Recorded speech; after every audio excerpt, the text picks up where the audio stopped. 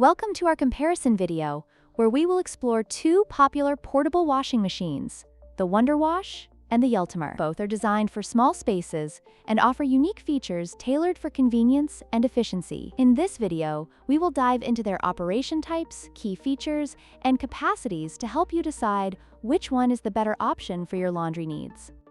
The WonderWash operates manually, requiring you to crank it by hand, making it eco-friendly and perfect for off-grid situations. On the other hand, the Ultimer is electric, offering a more convenient washing experience with just the push of a button. This difference in operation is crucial depending on your lifestyle and laundry needs.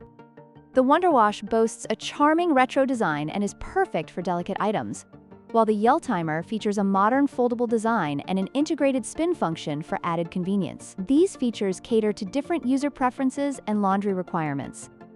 When it comes to capacity, the WonderWash can handle up to 5 pounds of laundry, making it suitable for small loads. In contrast, the Ultimer offers a larger 16L capacity, accommodating more clothing items in a single wash. This difference can significantly impact your laundry routine, especially if you have larger loads to wash.